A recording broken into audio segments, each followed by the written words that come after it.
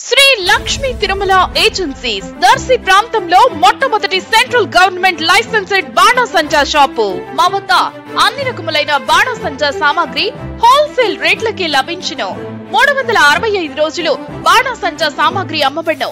మా వద్ద అనేక రకములైన కలర్ షాట్స్, ఫైర్ క్రాకర్స్, 10,000 వాలా వంటి దీపావళి మందులు లభించును. మా address Sri Lakshmi Tirumala agencies, Chowtapalem road, Darsi, Prakasam జిల్లా. సెల్ 9603868549. Proprietor Tirumala Mahesh.